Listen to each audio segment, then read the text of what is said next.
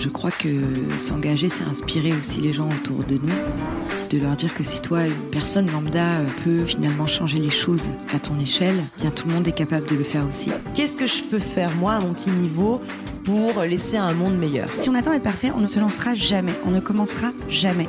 La clé essentielle du féminisme, c'est la notion de sororité. Ça sert à rien d'avoir 15 jeans dans son placard vu qu'on n'en porte que 2. Bien consommer aujourd'hui, c'est acheter des belles pièces et pouvoir les accessoiriser, les réinventer, les porter différemment. Vraiment savoir ce qu'on achète parce qu'on l'aime vraiment et qu'il est intemporel aussi.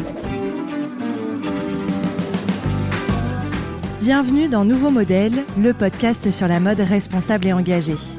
Je suis Chloé Cohen et chaque mercredi, je donne la parole à des femmes qui font bouger les lignes de l'industrie textile. Parce qu'elles connaissent les impacts négatifs de cette industrie sur nos vies et sur l'environnement, ces femmes ont choisi de mettre en avant une mode plus humaine, plus durable, plus inclusive et moins polluante pour notre planète. Cette semaine, je reçois Brune Poirson, députée et ancienne secrétaire d'État à la transition écologique. Brune Poirson fait partie de cette nouvelle génération de femmes politiques, jeunes, engagées, qui ne reculent devant rien, ou presque. Quand elle était au gouvernement, elle a été critiquée par de nombreuses personnalités, des hommes le plus souvent, à la tête de grandes entreprises du textile. Mais elle n'a pas abandonné, au contraire. Elle a imposé une nouvelle façon de penser, plus radicale, pour préserver notre planète et notre futur. Je ne dis pas que son bilan est parfait, et il faudrait aller encore plus loin pour transformer profondément l'industrie textile. Mais bon, la première marche est souvent la plus difficile à franchir. Avec Brune Poirson, on a parlé de l'Inde, de machines à laver et de vers de terre. Je vous souhaite une très belle écoute. Bonjour Brune Poirson, merci infiniment d'avoir accepté mon invitation pour venir sur ce podcast. Alors pour débuter cette discussion, j'aimerais qu'on revienne en arrière pour parler un peu de votre enfance et de votre éducation, pour savoir comment elles ont influencé un petit peu votre engagement. Est-ce que votre enfance a contribué d'une façon ou d'une autre à l'engagement que vous portez aujourd'hui et aux valeurs que vous avez aujourd'hui ? Alors oui, profondément. Alors j'imagine que tout le monde va répondre ça, mais en fait moi j'ai grandi dans le Vaucluse, qui est un territoire très rural, et c'est là où déjà j'ai grandi en pleine nature. Et puis ensuite, tous ceux qui étaient autour de moi, les amis de mes parents, etc., beaucoup étaient agriculteurs. Donc déjà, ça crée un lien, et puis vous apprenez à connaître la nature qui vous entoure, déjà, puisque vous grandissez là-dedans. Et puis surtout, il y a un autre aspect qui est très important pour moi aujourd'hui, et qui m'aide beaucoup dans mon travail, c'est le caractère social, l'aspect social de la transition écologique. Parce que c'est transition écologique et solidaire, comme dit Nicolas Hulot. C'est-à-dire comment est-ce qu'on fait en sorte que les mesures écologiques et environnementales qu'on prenne ne vont pas aller contre les intérêts ou même appauvrir encore plus certaines personnes et leur compliquer la vie. Et puis, qu'est-ce que c'est que la réalité des agriculteurs, par exemple, aussi, et comment s'y adapter ? Hyper intéressant. Je trouve que c'est tellement important de le rappeler. On va le voir dans l'industrie textile, on aura l'occasion d'en reparler, mais c'est une valeur, je pense, assez fondamentale de lier les deux, écologie, solidarité et sociale. Très intéressant. Et comment se développe aujourd'hui votre conscience écologique ? Quels gestes vous adoptez pour réduire votre impact, vous, personnellement ? Déjà, j'y pense au quotidien, mais ça, je pense qu'on est vraiment tous pareils. J'ai envie de dire, déjà, pour commencer, j'en fais pas assez, on n'en fera jamais suffisamment assez. Mais pour vous donner un exemple, je pars pas en balade sans un panier ou sans même un sac, parce que partout où je vais me balader, dès que je tombe sur un déchet, je le ramasse. Et c'est devenu un réflexe total, et c'est systématique. Et en plus, je le fais et je me promène beaucoup avec ma petite fille, qui a 5 ans et demi. Et donc, je veux qu'elle développe ce type de réflexe. Pareil, j'ai adopté un certain nombre d'automatismes. Quand je vois quelque chose qui me plaît dans un magasin, j'essaye d'abord de pas l'acheter sur le coup et de revenir une autre fois si jamais je vois que ça me plaît toujours vraiment, et puis ensuite d'y réfléchir. Donc j'essaye de mûrir mes achats beaucoup. C'est vrai que c'est pas évident tout le temps, mais je crois que on peut y arriver. Par exemple, j'ai plus pris l'avion de façon personnelle depuis plusieurs années maintenant, hormis pour le travail. Dans le cadre, c'est vrai que quand j'étais en fonction, quand j'étais ministre, j'étais souvent accusée d'être à l'écologie et en même temps de prendre l'avion. Mais c'est indispensable. Il faut savoir que c'est indispensable. Si vous voulez parler aux Chinois pour les convaincre de faire des choses sur la transition écologique, vous devez prendre l'avion. En revanche, sur le plan personnel, j'évite de le prendre. Je suis pas contre l'avion. Mais ça fait partie des choses que j'essaie de m'imposer. Donc, c'est un équilibre à trouver, en fait, entre votre vie professionnelle et personnelle. Exactement. Quoi. Ok. Et pour parler un petit peu de votre parcours aussi, que je trouve assez intéressant, vous avez étudié à la London School of Economics. Vous avez travaillé au Laos sur l'éducation des jeunes filles et en Inde aussi. Et je crois d'ailleurs que cette expérience à New Delhi vous a pas mal marqué, notamment sur la pollution et la pollution de l'industrie textile, si je dis pas de bêtises. Absolument. En fait, ce qui m'a beaucoup marqué en Inde, c'est deux choses. D'abord, quand vous êtes dans un pays émergent avec 1,3 milliard de personnes, vous êtes obligé de vous poser la question du capitalisme. Ou en tout cas, la question du mode de développement de nos sociétés, ou en tout cas nos sociétés occidentales. Et la question qui vient, c'est comment est-ce qu'on évite que les pays émergents passent par tous les mêmes stades de développement que ce qu'on a eu, nous, en France. Comment est-ce qu'ils peuvent faire un saut de mouton, comme disent les Anglais, c'est-à-dire sauter des étapes pour éviter de passer par toutes les étapes polluantes par lesquelles on est passé. Et c'est particulièrement difficile parce que là-bas, quand vous échangez avec des responsables politiques, il y en a beaucoup qui vous disent qu'ils ne veulent même pas réfléchir à ça parce qu'ils considèrent qu'ils ont un droit à polluer, puisque nous aussi, nous avons pollué pendant des années. Donc ça, c'est une première difficulté. Et enfin, c'est pas difficulté, mais c'est une des premières choses qui vous habitent quand vous habitez là-bas. Vraiment, vous y pensez sans cesse. En tout cas, moi, ça m'a fait cet effet-là, interroger le sens du capitalisme. Et puis, la deuxième chose sur la mode, c'est que en Inde, moi, j'ai vu tout l'univers de la mode, c'est-à-dire sur toute la chaîne, du lieu où en fait où est cultivée certaines matières premières qui vont servir à fabriquer du textile, par exemple, jusqu'aux conditions de travail, jusqu'ensuite à la fabrication, à la distribution, et puis ensuite aussi à la vente, soit aux milliards d'Indiens, soit, ou plutôt aux millions d'Indiens qui ont de quoi s'offrir des vêtements, et puis ensuite en Occident. Et donc j'ai pris conscience de l'impact du secteur de la mode, mais de façon vraiment globale. Et j'en ai pris conscience au départ, juste en voyant les choses de façon très empirique. Et c'est ça que je crois a nourri beaucoup mon combat par la suite. Ok, ouais, passionnant. Mais on est assez loin de la politique quand même et du gouvernement français, en tout cas à cette époque-là. Je pense que c'est intéressant et que les gens auront envie de savoir qu'est-ce qui vous a poussé à intégrer ce gouvernement, à rentrer en politique. Parce que c'est différent de l'action de terrain que vous avez pu mener peut-être à New Delhi, quoi. Alors, ce qui m'a poussée, c'est justement les questions que je me suis posée en Inde, mais depuis toujours même. Vous savez, quand vous grandissez, comme je vous l'ai dit, dans une zone rurale, vous pensez tout le temps à ces questions-là, ces questions aussi sociales. Moi, j'ai été à l'école en ZEP, et ce qui m'a poussée en fait à rejoindre le mouvement d'Emmanuel Macron et donc à rentrer en politique, à franchir le pas, c'est deux choses. La première, c'est que dans son discours, il était centré sur des solutions pragmatiques au-delà des positions idéologiques, la droite, la gauche. Ensuite, il était jeune et je me suis dit, ça sera le premier président du 21e siècle. Quelqu'un qui nécessairement mettra la transition écologique et sociale au cœur de tout.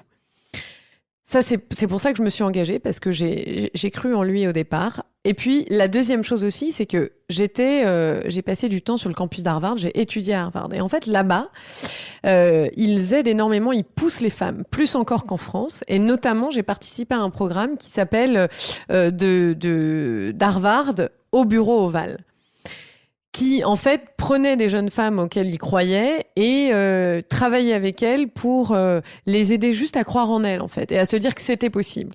Et c'est vrai que souvent j'ai pensé à faire de la politique, mais je me disais, c'est pas vraiment pour moi.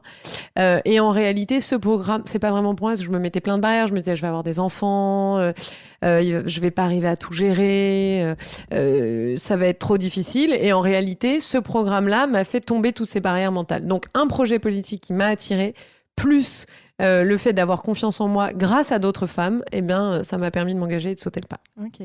Et aujourd'hui, quel regard vous portez sur l'engagement écologique d'Emmanuel Macron ? Parce qu'au départ, il vous a séduit, et aujourd'hui ? Alors, je crois que le silence est éloquent, mais non, le président de la République, il a dû faire face à des crises qui sont majeures.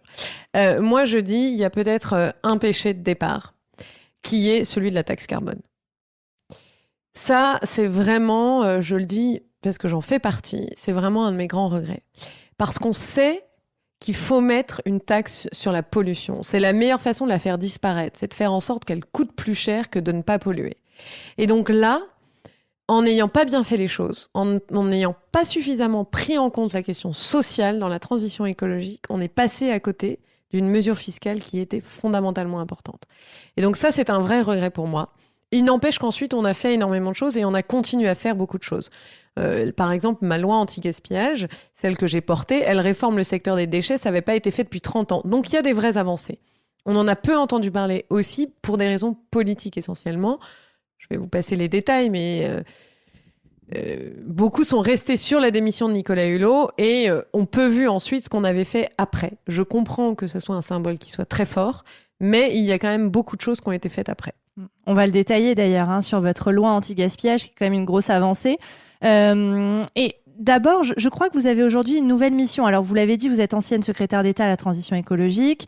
Vous êtes députée aujourd'hui, mais aussi chargée d'une mission temporaire consacrée à l'éducation et au développement durable. Alors, je m'interrogeais, quel est le sens de cette mission, si vous pouvez nous donner quelques détails. Alors, je travaille avec Jean-Michel Blanquer, le ministre de l'Éducation, sur effectivement le développement de l'éducation et développement durable. Bon, je ne vous cache pas qu'en raison du confinement et de la pandémie, c'est quand même beaucoup de nos ambitions sont freinées. Mais avec Jean-Michel Blanquer, pour lui, c'est très important, le développement durable. C'est vrai que peut-être ça ne se voit pas tout de suite quand on est ministre de l'Éducation, mais pour lui, c'est fondamentalement important. Pourquoi ? Parce que, et d'ailleurs, cette mission, elle vient d'une discussion que j'ai eue avec lui. Quand on regarde la jeunesse d'aujourd'hui, elle peut facilement tomber dans le désespoir. Elle a de quoi, franchement. Elle peut pas sortir parce qu'elle est confinée à cause du coronavirus. Elle se renseigne sur l'état de la planète et il est quand même désespérant. Donc il y a de quoi tomber dans de la colère, dans du nihilisme, dans de la haine vis-à-vis des générations d'avant ou même du monde d'aujourd'hui. Et donc notre objectif, un de nos objectifs, c'est vraiment de montrer que la transition écologique peut être source d'espoir. Et donc, par exemple, il a lancé les éco-délégués. Maintenant, il y en a dans chaque classe. Comment est-ce qu'on fait pour encourager leur travail ? Ce qu'ils font dans les salles de classe, comment est-ce qu'on fait pour leur donner encore plus d'ampleur, encore plus d'impact ? Comment est-ce qu'on les soutient ? C'est donc plutôt qu'une réforme en profondeur des programmes qui est en train d'être faite, mais qui prend beaucoup de temps. L'idée aujourd'hui, elle est de travailler avec les élèves pour leur donner des moyens d'action et des moyens d'avoir un impact qui soit fort à leur niveau. Ouais, je trouve ça assez incroyable parce que c'est vrai que finalement les nouvelles valeurs qu'on a envie de transmettre, ça va passer par là, que ce soit l'écologie, que ce soit l'égalité femmes-hommes, enfin plein de ces valeurs-là, ça va passer par les nouvelles générations et l'éducation, donc tout à fait. C'est indispensable. Et alors j'ai lu votre portrait dans le New York Times que j'ai trouvé assez intéressant et le titre m'a un peu interpellée parce que la journaliste vous surnomme la ministre officieuse de la mode. Que pensez-vous de ce titre ? Alors ce titre... D'abord, en fait, c'est assez drôle parce que vous parliez des relations femmes-hommes. Tous les hommes qui ont fait référence à ce titre, ils ont compris que l'article disait que j'étais la ministre officieuse de la mode parce qu'ils pensaient que la journaliste trouvait que j'étais bien habillée. Pour eux, c'était ça. Je me suis même pas posé la question. D'accord. Pour eux, c'était ça.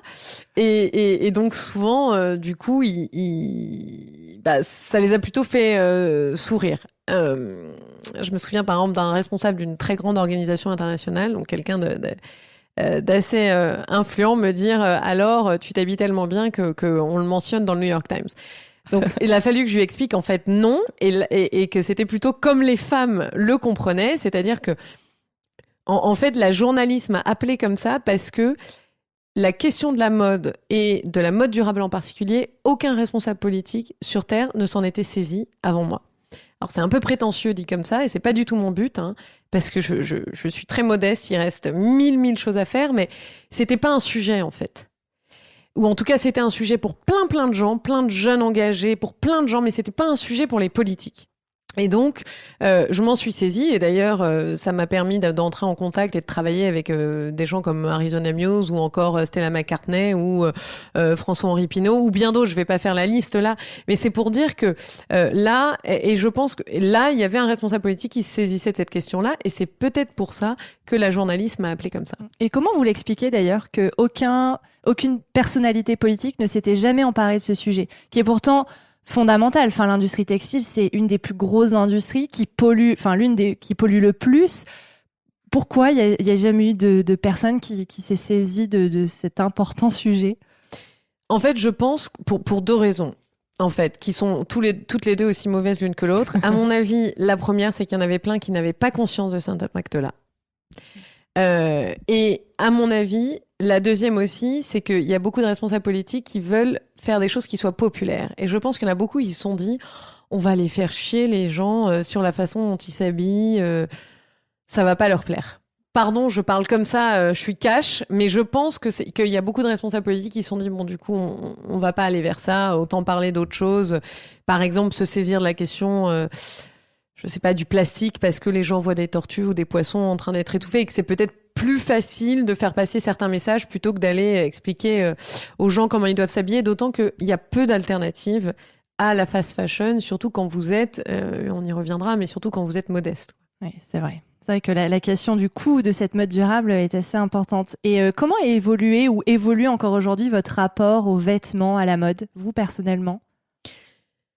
Alors, c'est vrai que c'est toujours très tentant d'avoir envie de consommer beaucoup de vêtements. Moi, j'ai jamais été complètement addict de la mode. Ça n'a jamais été ma passion absolue. J'essaye simplement encore aujourd'hui, enfin pas encore aujourd'hui, surtout aujourd'hui, de consommer différemment. Donc, par exemple, et j'en parlais tout à l'heure avec ma collaboratrice Caroline, par exemple, la veste que je porte, je l'ai achetée à 2 avec une amie.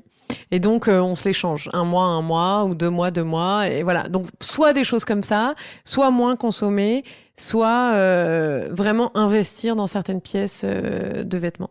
Ah, c'est génial ce système de partage. Vous êtes la première à me parler de ce genre d'initiative. Elle habite pas loin de chez moi, ça aide. Ok, oui, évidemment, c'est plus pratique. Et donc, dans le même article du New York Times, vous dites « Quand vous êtes une jeune femme au gouvernement ou dans la vie en général et que vous décidez de vous attaquer à un sujet comme la mode, tout le monde en a après vous et votre réputation est sérieusement mise à mal. » C'est-à-dire ? Là, en fait, pour 2 raisons encore. D'abord, la première, c'est que la mode, c'est considéré comme un sujet superflu. Comme un truc pour une nana qui a un pois chiche dans la tête. Donc, quand vous êtes une femme, c'est compliqué. Quand vous êtes une jeune femme qui n'a pas encore fait ses preuves en politique, prendre ce sujet-là, c'est passer pour la nana superficielle qui, finalement, n'a pas tant de conviction écologique que ça, puisqu'elle va s'intéresser à la mode. Donc, il faut y croire, quoi. Et moi, j'ai vu les choses en Inde. Je sais comment ça se passe derrière. J'ai vu les choses en Chine, en Inde, mais partout. Donc, je voulais m'attaquer à ça, coûte que coûte. Et puis, la deuxième chose, c'est que quand vous êtes française, vous attaquer à la question de la mode, c'est là aussi un peu dangereux. Pourquoi ? Parce qu'il y a des lobbies qui sont très puissants. On est le pays de la mode. Par définition, c'est un peu tabou. On est le pays du luxe, on fait tout bien, on est le modèle pour le monde entier. Sauf que moi, j'ai aussi, pareil, j'ai voyagé ailleurs dans le monde et là, j'ai vu, et notamment dans les pays scandinaves, qu'on était en train potentiellement, la mode française, d'être un peu has-been sur certains aspects parce que justement, on n'était pas suffisamment à l'offensive sur les aspects environnementaux. Donc, je pense qu'à moins qu'on fasse notre révolution profonde et qu'on crée une mode française qui soit vraiment une mode durable, alors on peut perdre un peu notre place de première nation mondiale de la mode. Et donc, c'est pour ça que j'ai voulu m'attaquer à ça. Mais ça veut dire que derrière, j'ai eu des grands patrons contre moi, pas tous, mais j'en ai eu. Ils ont accès cela directement au chef de l'État ou au Premier ministre. Et donc, c'était prendre un risque là aussi. Et en plus, c'est beaucoup d'hommes à la tête de ces grandes maisons de mode. Absolument. Ça facilite pas les choses. Oui, c'est ça. Donc, on va détailler un petit peu votre loi relative à la lutte contre le gaspillage et à l'économie circulaire. Alors, il y a énormément de choses dans cette loi. Je vais pas tout raconter ici.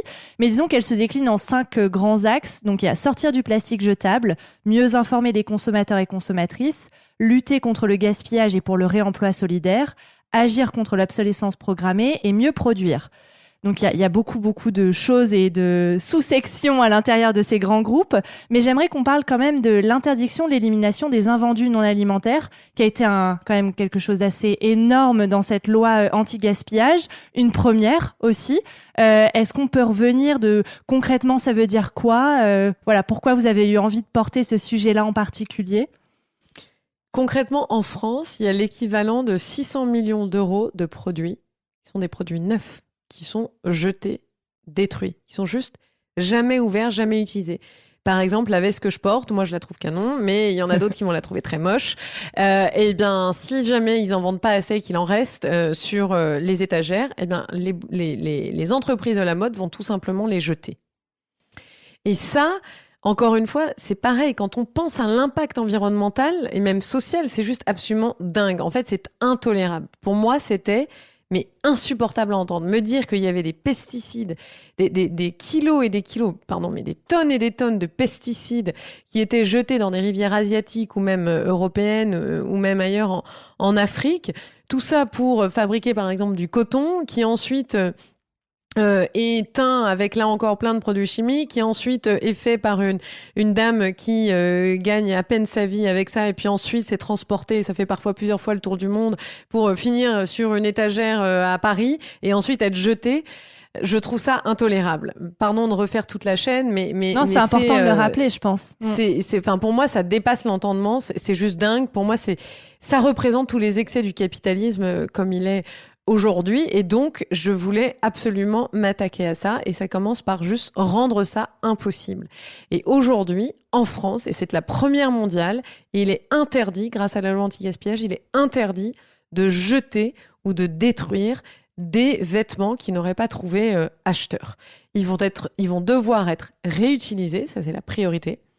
Donc on peut faire de l'upcycling, ils peuvent être transformés, ou alors ils peuvent être, et ça c'est la moins bonne des solutions, mais c'est mieux que rien, ils peuvent être recyclés.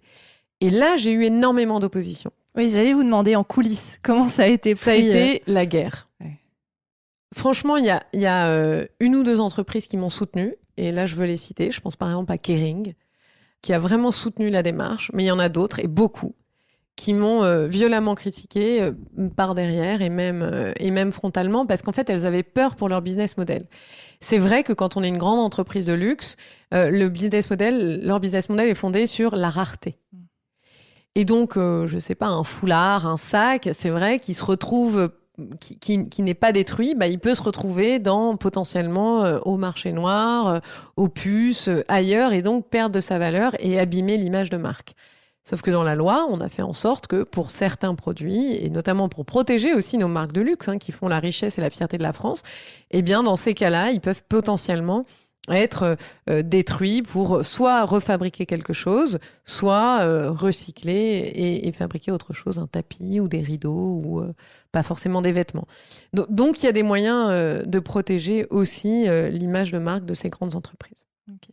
Et il y a un autre aspect de cette loi que je voulais évoquer avec vous. Donc, à partir du 1er janvier 2025, toutes les machines à laver neuves devront aussi avoir un filtre à microfibre plastique.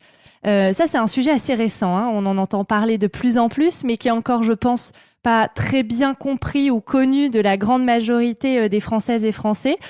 Pourquoi cette mesure vous semblait essentielle également ?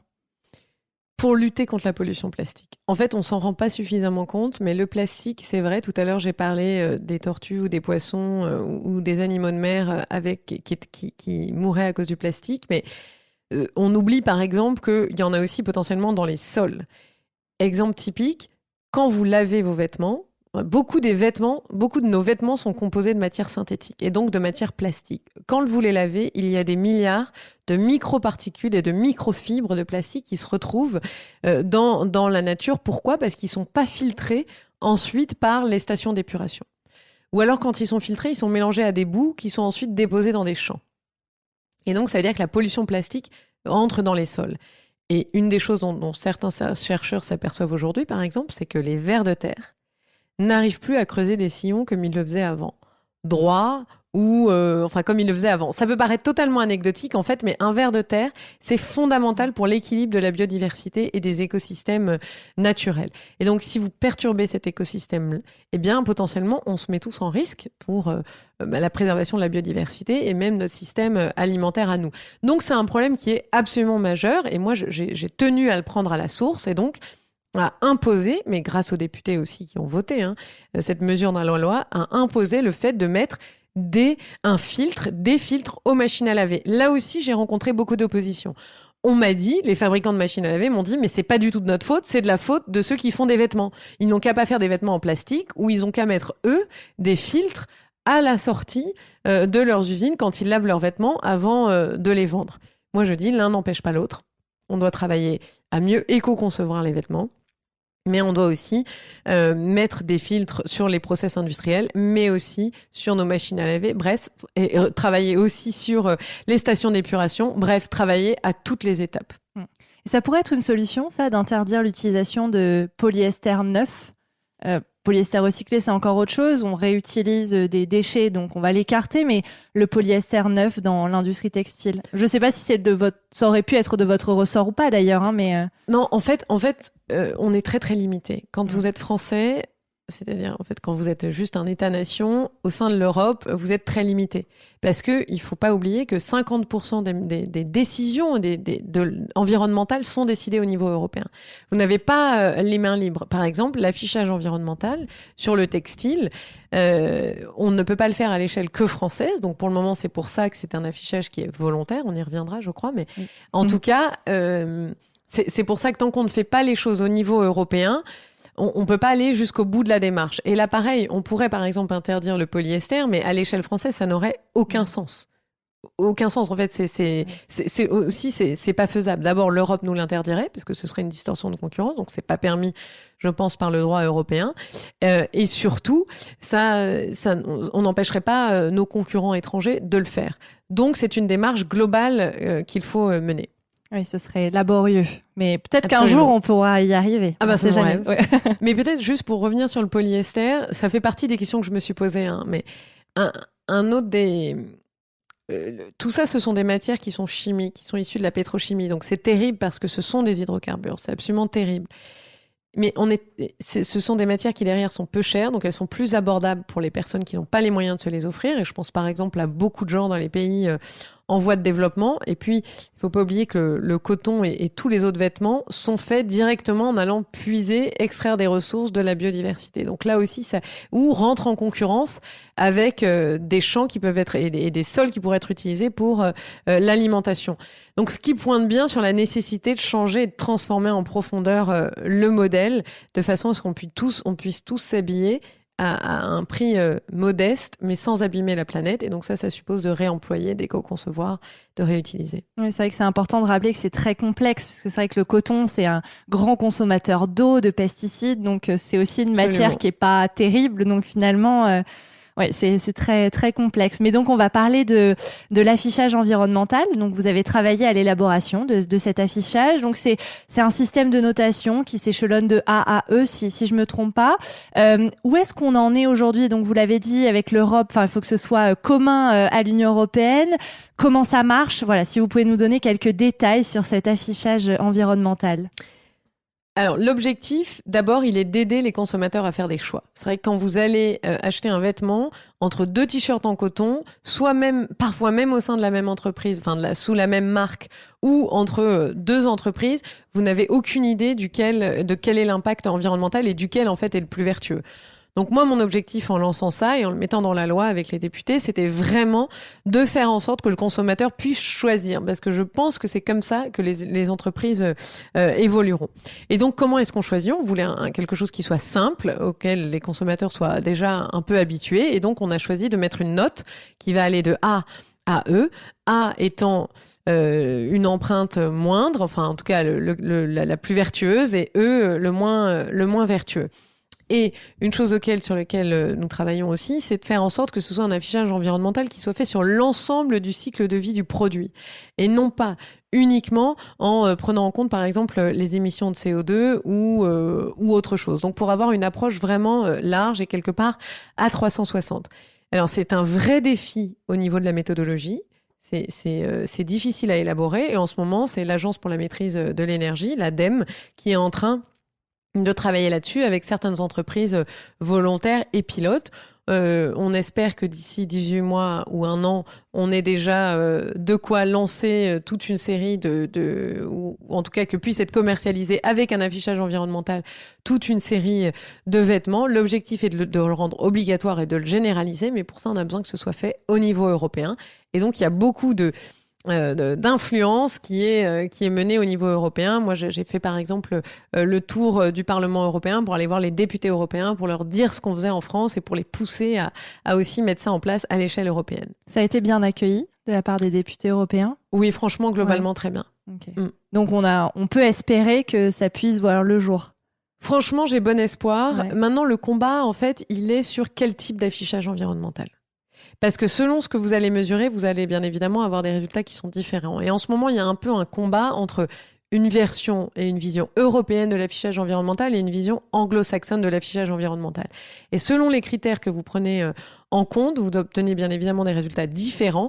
Et avec l'affichage environnemental à l'anglo-saxonne, eh bien, parfois, ce sont des pratiques peu vertueuses qui peuvent être vues comme vertueuses parce que si on ne prend pas suffisamment en compte, par exemple, l'impact des émissions de CO2, alors si votre produit est fait à l'autre bout de la planète, ça se reflètera pas nécessairement sur l'étiquette. Bref, c'est juste pour dire qu'il y a un combat au niveau des standards, au niveau des normes et qu'on se bat pour que ce soit la vision européenne qui prône parce qu'elle est juste plus vertueuse. Et de la part des entreprises, de l'industrie textile, pareil, ça a été plutôt bien accueilli. J'ai envie de dire, s'ils ont que des A, ce sera plutôt bénéfique pour leur business. Alors, s'ils ont que des A, on fera évoluer les critères. Comme il s'est passé en fait sur les machines à laver et les produits électroniques et électroménagers. Peu à peu, comme elles se comparaient toutes, peu étaient à D et à E et hop, tout le monde, le niveau de tous a monté, ils étaient tous vers A et B. Donc c'est devenu un peu facile. Donc hop, on a à nouveau réformé les critères pour les rendre encore plus exigeants. Donc on voit que ça marche et on voit que c'est important de le répliquer dans toute une série de secteurs. C'est ce qu'il y a dans la loi. Mais là, en particulier, sur la mode, effectivement, c'est le but et c'est crucial. Ok. Et il y a aussi, j'aimerais parler de plusieurs choses avec vous sur l'industrie textile, mais notamment de problématiques des quantités de la fast fashion, qui est quand même, ils produisent beaucoup trop. On n'a pas autant besoin d'autant de vêtements, en tout cas. Est-ce que vous prenez vraiment une rupture avec ce modèle de croissance ? Totalement. Ce modèle de croissance, il est juste, moi, j'ai pas d'autre mot que dingue, absurde. On est dans le mur, on y va, et puis on s'enfonce encore plus dans le mur. En fait, en plus, c'est pas comme si ça allait mieux. Je veux dire, plus ça va, plus on consomme de vêtements et moins on les garde dans nos placards. Et effectivement, c'est terrible. Donc, je pense qu'il faut changer radicalement. Et je pense qu'en plus, ça peut être source d'espoir. C'est à nous d'inventer des nouveaux business models, des nouvelles façons de consommer, des nouvelles façons de créer des vêtements, des nouvelles façons de les réutiliser, de les recycler. Et en fait, c'est d'autant plus important qu'on le fasse qu'ensuite on pourra aller partager nos solutions, mais aussi s'inspirer d'ailleurs des pays émergents. Parce que nous, on est quelques centaines de millions, 450 millions européens, mais les Asiatiques, à eux seuls, ils sont 3-4 milliards. Et donc, si tous consomment comme nous, j'imagine même pas les conséquences. Voilà, j'en bégaye tellement je pense qu'il faut une rupture radicale avec ce mode de consommation. Et comment on pourrait contraindre, ou en tout cas initier cette rupture avec ce modèle de croissance et contraindre les entreprises à produire moins ? Déjà, faire en sorte qu'elles arrêtent de surproduire. Comment ? En interdisant de détruire des produits invendus. Parce que si vous interdisez ça, alors elles vont réajuster leur stock, les entreprises. Elles veulent pas se retrouver, ça va leur coûter cher en fait de se retrouver avec des tonnes et des tonnes de vêtements dont elles ne sauront plus quoi faire. En plus, ça coûte quand même, ça a un certain coût de les fabriquer. Donc déjà, je pense qu'elles vont réajuster leur stock. En tout cas, c'est ce qu'on a vu avec le secteur alimentaire. Dans un premier temps, quand on a interdit de détruire des denrées alimentaires, dans un premier temps, les associations se sont retrouvées avec une montagne de denrées alimentaires, et ça, c'était une bonne chose. Mais peu à peu, les entreprises les producteurs agroalimentaires ont rééquilibré leur production et leur stock, et donc, ils produisaient moins. Donc ça, je pense que ça va avoir un impact positif. Maintenant, il ne faut pas que ce soit que la France. Il faut absolument convaincre l'Union européenne de faire passer la même mesure d'interdiction de destruction des invendus.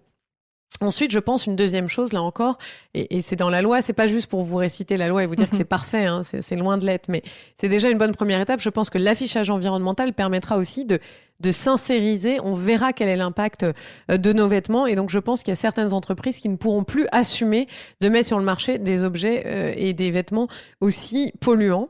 Ensuite, je pense qu'il faut mettre en place toute une série d'obligations, par exemple obliger les entreprises à commercialiser des vêtements qui contiennent une certaine proportion de vêtements recyclés à l'intérieur.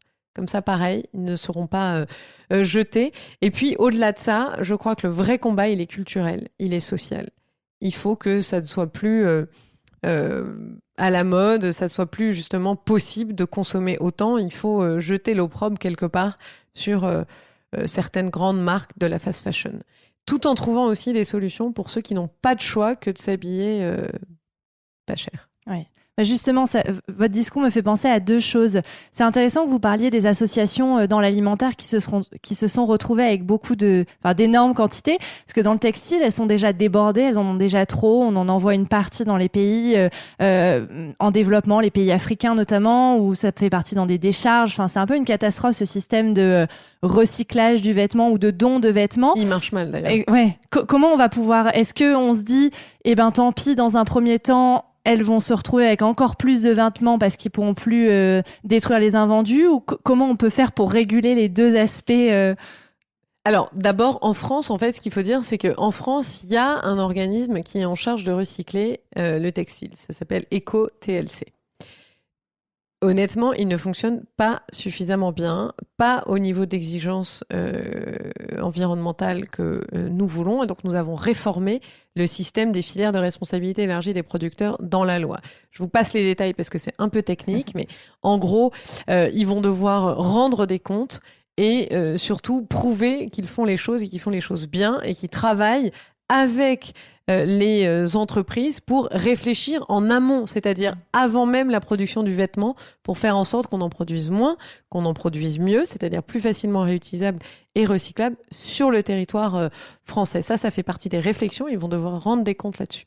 Très bien, parce que c'est vrai que s'ils se retrouvent avec encore plus de dons de vêtements alors qu'ils sont déjà débordés, ça n'aurait pas vraiment de sens. Aucun sens. Ouais. C'est pour ça qu'il faut changer la façon dont on conçoit les vêtements et changer le business model de ces entreprises, de la fast fashion. Et il y a une deuxième chose aussi que j'aimerais évoquer, c'est une de mes invitées d'ailleurs qui m'a pointé du doigt cette problématique et qui m'a un peu déstabilisée parce qu'elle n'avait pas totalement tort en me disant... En même temps, les quantités de vêtements permettent d'avoir des prix plutôt bas et permettent donc à des gens de s'habiller avec du neuf. Parce que c'est vrai qu'on dit toujours, c'est vrai que l'alternative, c'est le vintage, c'est la seconde main, mais ça voudrait dire que les personnes qui n'ont pas les moyens sont obligées de s'acheter des vêtements de seconde main et n'auraient plus accès au neuf durable.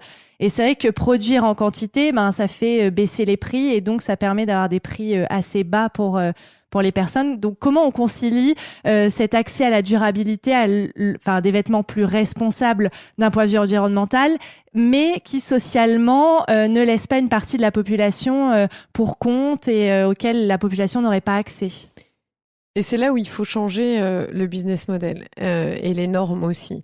Il faut que, d'abord, nos vêtements, on en change aussi beaucoup, et en particulier les personnes qui n'ont pas de quoi se les offrir, parce qu'ils achètent des vêtements de mauvaise qualité.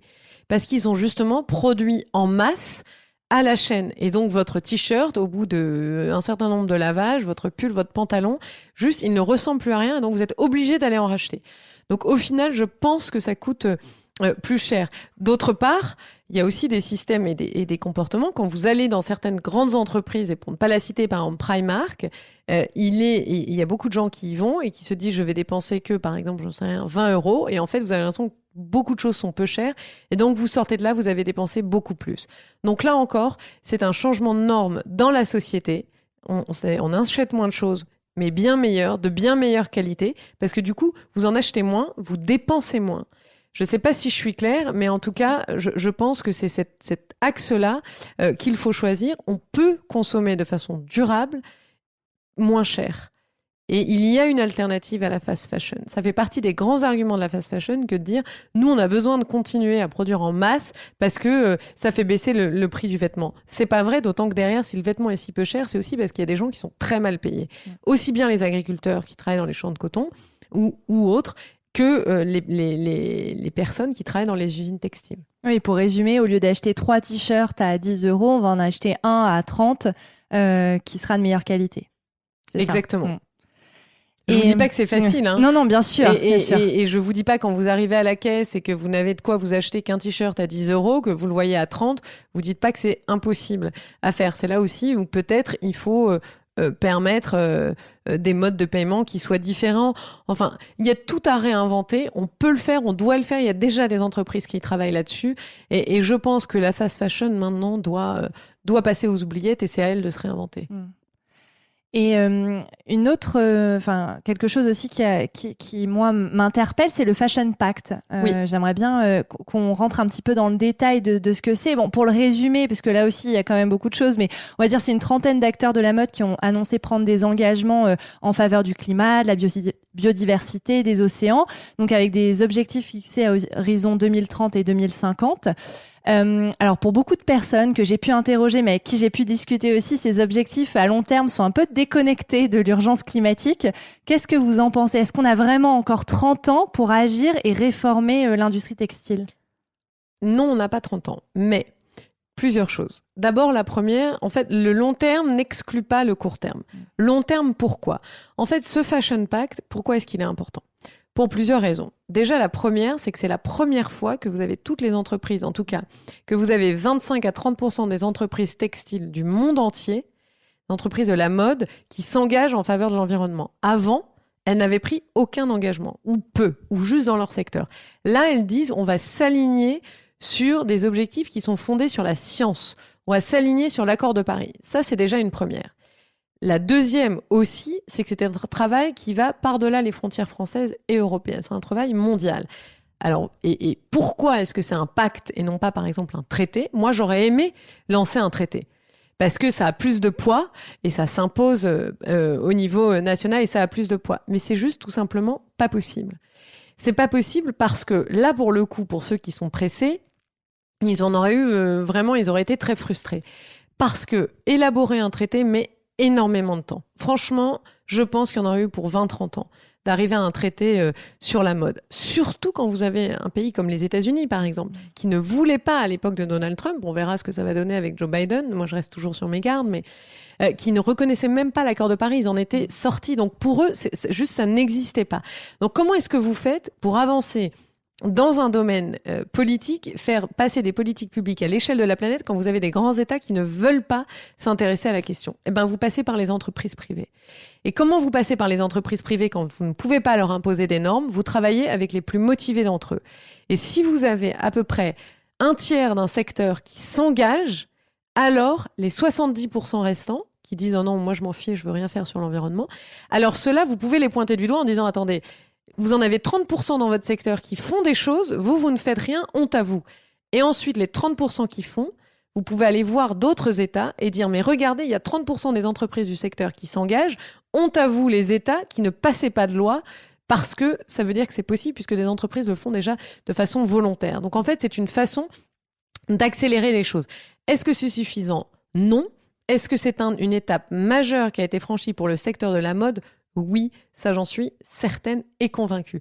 C'est trop facile. Et d'ailleurs, on voit la différence d'accueil de ce Fashion Pact entre les anglo-saxons et les Français. Dans les pays anglo-saxons, quand une entreprise dit publiquement « je m'engage à faire », elle va généralement, elle est liée presque de façon légale et juridique, elle doit faire. En France, on est beaucoup plus perplexe et sceptique.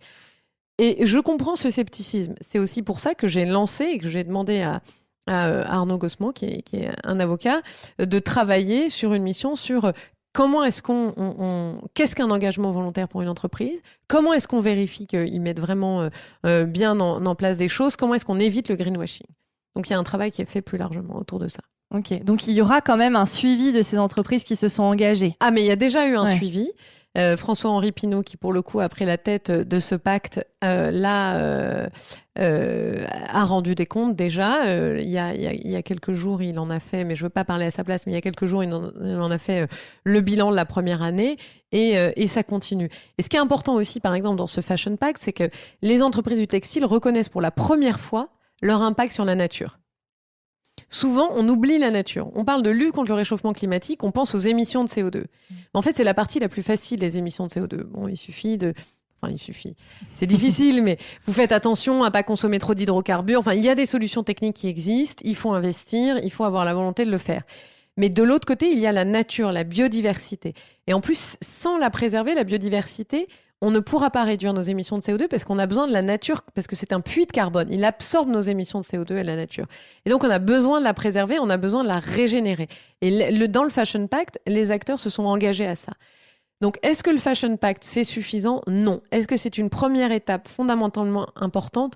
Oui. Est-ce qu'on pouvait faire plus à ce stade ? Non, malheureusement, à l'échelle internationale et mondiale, non. C'est désespérant, mais c'est la réalité. Et l'aspect social aussi, parce que ça, même chose. Moi, j'ai eu l'impression que cet aspect-là avait été un peu mis sous le tapis au profit de l'environnement, la biodiversité, qui sont déjà extrêmement importantes. Ce sont des notions fondamentales. Mais j'ai l'impression quand même que l'aspect social n'est pas suffisamment présent, alors qu'en fait, c'est quand même un équilibre à trouver dans l'industrie textile entre le social, ne pas exploiter des gens à l'autre bout de la planète, et la préservation de notre planète et de l'environnement. Alors, dans la loi anti-gaspillage, c'est l'affichage environnemental et ou social. Donc, les entreprises peuvent et doivent aussi travailler sur tous les aspects sociaux. Dans le Fashion Pact, en fait, il y a déjà beaucoup d'initiatives qui ont été lancées sur les questions sociales. C'est un ministère qui est aussi différent. Donc, nous, c'est vrai, on s'est centré sur la nature et les émissions de CO2, donc sur vraiment l'environnement. Pourquoi aussi ? Pour pouvoir avoir plus de critères, aller plus dans le détail et plus facilement suivre les impacts depuis le ministère de la Transition écologique et solidaire. D'accord. Et dans le même article de New York Times, j'y reviens beaucoup, mais c'est vrai que le portrait est assez complet, vous dites beaucoup de choses, et vous racontez, donc parfois, si vous voulez changer les choses, vous ne pouvez pas trop compter sur la politique. Pourtant, vous êtes une femme politique, et quand on vous écoute, on a vraiment l'impression que c'est important, enfin les lois sont importantes et sont indispensables. C'est plutôt contradictoire, non ? C'est une question que je me pose tous les jours. Où est-ce qu'on a le plus d'impact ? Est-ce que c'est en politique ou pas ? De plus en plus, moi je reste convaincue que ce qui compte aujourd'hui en matière de lutte contre le réchauffement climatique, c'est vraiment l'action. Moi j'ai eu la chance quand j'étais au gouvernement, je me suis énormément battue et j'ai eu la chance parce que le président de la République m'a laissé la possibilité de le faire en tant que secrétaire d'État, de mener une loi qui réformait tout un secteur, celui des déchets, comme je le disais. Donc j'ai posé un cadre. Maintenant, ce qui compte, c'est l'action, c'est la mise en œuvre. Et ça, ce sont les entreprises qui le font. Et ce sont les citoyens qui le font. Et c'est vrai que quand vous êtes en politique, en fait, à moins d'avoir une volonté colossale, qui peut du coup vous attirer aussi beaucoup d'ennemis, et donc parfois finir par n'être plus au gouvernement, comme ça a été mon cas là, eh bien, vous êtes souvent coincé entre l'administration, c'est-à-dire la bureaucratie, qui ne veut pas changer les choses, pour beaucoup, qui est coincée dans le XXe siècle. C'est le cas du ministère de l'Environnement et des Finances, par exemple, même si les choses sont en train d'évoluer avec le plan de relance lancé par le gouvernement. Vous êtes coincé entre, d'un côté, la bureaucratie, et de l'autre, des postures politiciennes, avec des oppositions politiques qui sont juste dans l'opposition et qui visent en fait à vous critiquer plutôt qu'à trouver avec vous et à chercher avec vous des solutions. Ce que je dis peut paraître un peu naïf, mais c'est volontaire. Moi, je veux continuer à y croire. Je veux continuer à croire qu'en politique, vous pouvez faire des choses. Plus ça va, néanmoins, moins je pense que c'est en politique que vous pouvez vraiment avoir un impact. Et en tant que député, vous avez l'impression que vous avez aussi un rôle à jouer, toujours sur ce sujet-là, qui est l'industrie textile ? Oui, d'abord parce qu'un député, en fait, il est là pour évaluer l'impact des lois et pour surveiller, contrôler l'action du gouvernement. Donc la loi est passée, c'est une étape très importante, mais l'étape cruciale, c'est la mise en œuvre. Et là, j'ai donc un devoir, un rôle de vigie, d'évaluation de ce que fait le gouvernement. Par exemple, sur l'affichage environnemental dans le secteur textile, il faut, et je veux être vigilante à ce que ça prenne pas trop de retard, à ce que les aspects, les critères techniques qui soient retenus soient les bons. Bref, en tout cas, un rôle de contrôle. Donc oui, je pense qu'on a toujours un rôle important. C'est vrai qu'en politique, plein de personnes me disent régulièrement ça quand on parle des délais, on dit voilà à 2030, à 2050. Il y a aussi un autre aspect, c'est qu'on va changer peut-être de gouvernement. En tout cas, il y a des réélections et que si on change de gouvernement et que tous ces efforts-là sont annulés, c'est ça qui est aussi compliqué, je pense, pour les citoyens et citoyennes à comprendre. C'est à long terme. On se dit à tout moment, ça peut s'arrêter, ces efforts peuvent s'arrêter. Comment je ne sais pas quel est votre avis sur cette question-là, mais c'est vrai que plus c'est long, plus on se dit il y a de possibilités pour que tout ça s'arrête, quoi. En fait, il faut une très forte volonté politique pour s'assurer que les objectifs de long terme sont traduits en plans et en actions concrètes pour y arriver à terme. Exemple typique, si vous dites par exemple neutralité carbone en 2050, c'est une vraie révolution, enfin, c'est majeur. On est très loin d'être sur la bonne trajectoire pour atteindre la neutralité carbone en 2050.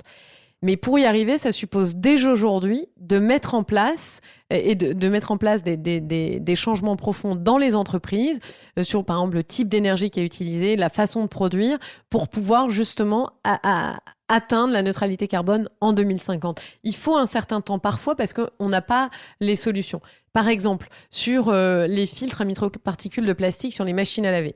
Je me suis fait attaquer par certains qui disaient « mais 2025, c'est beaucoup trop tard ». Il faut déjà penser à une chose, c'est qu'on est le premier pays au monde à l'avoir imposé. Avant, personne n'en avait conscience. Donc, il faut le temps qu'il y ait une conscience qui se fasse, mais surtout, il faut le temps de trouver des solutions. Pour le moment, les fabricants de machines à laver, ils n'ont aucune idée de comment ils vont faire pour bloquer ces microfibres de plastique qui sont minuscules. C'est pour vous donner un exemple. Pareil sur l'interdiction du plastique jetable en 2040. C'est pas les gobelets en plastique, les pailles, les touillettes, c'est pas ça. C'est absolument tous les objets en plastique de notre quotidien. Ils ne pourront plus être en plastique s'ils finissent à un moment à la poubelle. Ça veut dire tout changer. Votre bidon de Javel, votre brosse à dents, tout dans votre quotidien. Même, par exemple, dans les chaînes logistiques, dans la livraison, quand on met plusieurs cartons et qu'on les emballe dans des films plastiques, par exemple, eh bien, tout ça, ce ne sera plus possible. Et ça suppose une transformation profonde et radicale avec beaucoup d'argent mis sur la table pour justement transformer les choses et arriver en 2040 à n'avoir plus de plastique jetable. C'est une révolution qui se prépare dès aujourd'hui. On a mis 60 ans pour arriver à la société du tout plastique. Comme aujourd'hui, il faut qu'en 3 fois moins de temps, on en sorte sans que le prix des produits explose. Parce qu'il faut penser aux plus modestes, aux plus pauvres. Quand moi je discute avec beaucoup de mes invités, c'est vrai que quand on entend 2050, ça paraît surprenant et très loin de nous et je pense que ça fait peur de se dire on n'a pas ce temps-là devant nous pour les prochaines générations. Effectivement, 2050, ça peut paraître très loin. Mais d'abord, 2050, c'est pas une date qui est tombée du ciel. C'est une date qui est dans l'accord de Paris. L'accord de Paris, qu'est-ce que c'est ? C'est l'accord le plus important que l'humanité ait jamais signé. Selon moi. Pourquoi ? Parce que c'est la première fois que l'humanité entière s'est mis d'accord sur une action commune et un point d'arrivée ensemble. Et quand je dis point d'arrivée, c'est pour une raison. 2050, c'est pas le début de l'action, c'est la fin de l'action. En 2050, la neutralité carbone, ça veut dire qu'on aura révolutionné notre société si on y arrive. Et on doit y arriver. Et c'est une révolution dans absolument tout, parce que ça veut dire qu'on ne pourra pas émettre plus de carbone que ce que la nature est capable d'absorber. Ensuite, il y a autre chose aussi, quand on parle des dates de long terme, c'est très important parce que ça donne un signal aux entreprises, à la société. Les entreprises savent qu'à telle date, elles devront avoir, elles aussi, changé tout leur process. Et c'est indispensable pour convaincre leurs investisseurs de les aider à acheter une machine qui soit moins consommatrice, par exemple, d'énergie. Ensuite, il y a autre chose, c'est que quand on parle des dates de long terme et que les débats, et notamment les débats politiques, moi, ça, je le vois, dès que les débats politiques, par exemple, dans l'hémicycle ou ailleurs, se focalisent trop sur les dates, je vois qu'on est dans des postures politiciennes. Pourquoi ? Parce que quand on parle de la date, on ne parle pas de l'action. On parle du quoi ou du quand, on ne parle pas du comment. Or, ce qui compte aujourd'hui, c'est comment on fait, comment on met en œuvre les solutions. Et pour être sûr qu'on réfléchit au comment, il faut une date d'arrivée, il faut une date de quand, il faut une date butoir, un coup près, qui disent en 2050, on n'aura plus le choix. Et ensuite, cette date de 2050, elle est fondamentale, comme je disais, parce que de toute façon, c'est la date sur laquelle on s'est mis d'accord avec l'ensemble des États. On ne va pas, nous, décider d'une autre date. Alors, la Chine a dit 2060, pour eux, c'est en 2060, la neutralité carbone. Moi, j'espère et j'aimerais qu'on le fasse avant. Qui peut le plus, peut le moins. Et ce que je disais aussi, c'est que c'est intéressant que ce soit des lois, parce que c'est vrai que ça fait peser le poids plus sur l'entreprise que sur le consommateur, parce que enlever tout le plastique, c'est vrai qu'on se rend pas compte, mais j'avais lu ça dans une interview, vous le disiez, et là vous l'avez rappelé dans l'épisode, finalement c'est énormément de choses, et je regardais tous mes flacons dans ma salle de bain, et je me disais oui, c'est vrai que si c'était à moi de faire l'effort, enfin c'est une charge mentale énorme, notamment pour les femmes, parce que voilà, on fait notre lessive ou ce genre de choses, et c'est généralement les femmes, malheureusement encore, qui doivent faire ça. Donc c'est intéressant que ce soit une loi qui oblige les entreprises, et c'est vrai que ça prend du temps. C'est indispensable, mais en fait il y a une loi, et effectivement quand il y a un objectif de long terme, ce qu'il faut faire, et là c'est la responsabilité des responsables politiques, vraiment là aussi pour pas que ça pèse trop sur les citoyens qui sont déjà très occupés. Il faut que l'entreprise et les entreprises, régulièrement, elles rendent des comptes. Elles disent, moi, sur ma trajectoire d'ici 2040, voilà où j'en suis. voilà ce que je vais encore faire, voilà comment je vais l'atteindre. Et qu'elle rende des comptes de façon systématique toutes les années, de façon à ce qu'on ne fasse pas comme on le fait traditionnellement. On se réveille, comme ça a été le cas par exemple sur les néonicotinoïdes, on se réveille à la date butoir, par exemple on se réveille en 2040, on dit « Oh, ben mince !» ou alors 2 années avant « Oh mince, on va rater l'objectif ». Il faut pas qu'on arrive à ça, et trop souvent dans les politiques environnementales, on arrive à ça. Il faut travailler dès le début sur un plan clair avec des mises en œuvre qui commencent aujourd'hui. Et vous souhaitez aussi, je crois, créer un fonds pour financer les marques de modes innovantes qui essaient de changer un peu les systèmes de production. Je ne sais pas si c'est toujours le cas ou si vous avez plus de détails à nous donner, mais j'ai lu ça quelque part. Alors malheureusement, je suis plus au gouvernement, donc j'ai moins de marge de manœuvre là-dessus. Mais en tout cas, c'était vraiment mon objectif. Je désespère pas de travailler là-dessus autrement, mais c'était vraiment mon objectif parce qu'il y a la loi anti-gaspillage qui a beaucoup de choses sur le textile dedans, mais je pense qu'on peut aller encore plus loin en aidant dès aujourd'hui des entrepreneurs, ceux qui pensent différemment, qui créent de nouveaux business models et que c'était indispensable de le faire et qu'il faut le faire maintenant parce qu'il y a de l'argent public dans le cadre du plan de relance. Donc j'espère et j'appelle le gouvernement aujourd'hui à mettre en place des fonds comme ça, à aider les jeunes entrepreneurs dans la mode qui développent un modèle alternatif. Ça tombe très bien que vous prononciez ces mots parce que je viens de lancer un projet qui s'appelle Une mode meilleure, donc où je vais appeler dans une lettre ouverte le gouvernement à donner des financements aux entreprises de mode françaises qui s'engagent véritablement pour améliorer leur démarche. Donc là, qui est en train d'être signé par pas mal d'entreprises, alors à ma petite échelle évidemment, mais du coup ça appuie un peu la démarche que je vais lancer. Bravo. Donc mais merci. Franchement, c'est ça qu'il faut faire. Ouais. Il faut que publiquement vous disiez et vous fassiez pression. C'est indispensable. C'est comme ça que vous arriverez à changer. On en reparlera. Et sinon, de façon plus générale, quelles sont vos ambitions en tant que député aujourd'hui pour transformer l'industrie textile ? Alors, on l'a rapidement dit, mais j'ai vu que vous aviez récemment rencontré la mannequin engagée Arizona Muse notamment. Donc, j'imagine que vous travaillez encore d'arrache-pied sur ces sujets-là. Voilà, si vous pouvez nous partager un peu ce que vous faites, vos ambitions. Alors, il y a 2 choses. La première, c'est veiller à ce que les lois soient appliquées, et en particulier la loi anti-gaspillage, parce qu'il y a, comme je disais, il y a beaucoup d'ennemis de cette loi, beaucoup d'entreprises textiles qui voudraient que ça se mette pas en œuvre et qui se disent que maintenant que je suis partie, c'est cool, ça leur permettra de passer à travers les mailles du filet. Donc, je veux être très vigilante.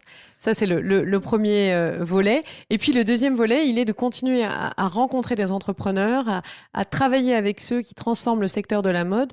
Pourquoi ? Pour identifier les meilleures pratiques et ensuite, éventuellement, soit le transformer en faisant une proposition de loi, soit en allant voir des membres du gouvernement et en leur disant, voilà, selon moi, comment est-ce qu'il faut changer les choses, comment il faut soutenir telle ou telle initiative et justement pouvoir enclencher là des changements concrets. Et si je vous dis que vous êtes une personne engagée, vous me répondez quoi ? Oui, sans engagement, moi je déprime parce que ma vie n'a plus aucun sens. Maintenant, est-ce que je le suis suffisamment ? Je crois que personne ne l'est assez. C'est vrai qu'on peut toujours faire plus. Voilà. Et alors, on arrive à la dernière question, un rituel de ce podcast. Est-ce que vous avez des modèles dans la vie ?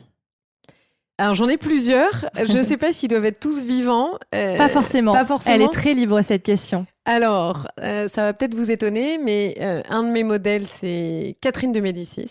Elle a mauvaise réputation en France, mais moi, je l'admire beaucoup parce que c'était une étrangère qui est arrivée en France et elle s'est heurtée à la France, à l'esprit français de l'époque. Et malgré tout, elle a mené son combat de reine et elle a fait tout ce qu'elle pouvait, contrairement à ce qu'on dit, contre les guerres de religion. Et pour moi, c'est vraiment un modèle de femme d'État et de femme engagée. Donc, c'est un modèle. La deuxième, c'est... Est-ce qu'on en a plusieurs, mais il y en a une autre aussi, c'est Alexandra Davilnel, parce que c'est une exploratrice féministe de la première heure qui est partie en Asie. Donc, je me suis beaucoup identifiée à elle, à ma modeste échelle. Je vous rassure. Et... je sais pas, je vais essayer de réfléchir et d'en donner une vivante. Peut-être Jacinda Ardern, la première ministre néo-zélandaise, parce que je pense qu'elle a percé le leadership du 21e siècle. Et là, on est proche de la leader du 21e siècle. Et moi, par exemple, je l'ai rencontrée à l'ONU. Elle était avec sa petite fille qui venait de naître. Et franchement, c'était assez fantastique à voir. Elle a une image très moderne. En tout cas, vue d'ici, Ouais, puis elle, pour le coup, elle est engagée, elle y croit, de ce que j'ai vu. Elle, d'ailleurs, son peuple l'a réélue haut la main. Donc, pour moi, c'est un modèle. De très beaux modèles. Et merci infiniment d'avoir pris le temps de répondre à toutes mes questions. Bravo pour ce que vous faites. Merci. Merci à Brune Poirson d'avoir participé à cet épisode de Nouveaux Modèles et merci à Thomas Langlin, notre ingénieur du son. Si vous aimez l'émission, dites-le moi avec des mots doux et des étoiles sur vos applications préférées et parlez-en autour de vous. C'est ce qui m'aide le plus à faire connaître le podcast. Pour ne louper aucun épisode, rejoignez-nous sur Facebook, Twitter et Instagram @nouveaumodèle.podcast. Je vous dis à très bientôt pour rencontrer un nouveau modèle.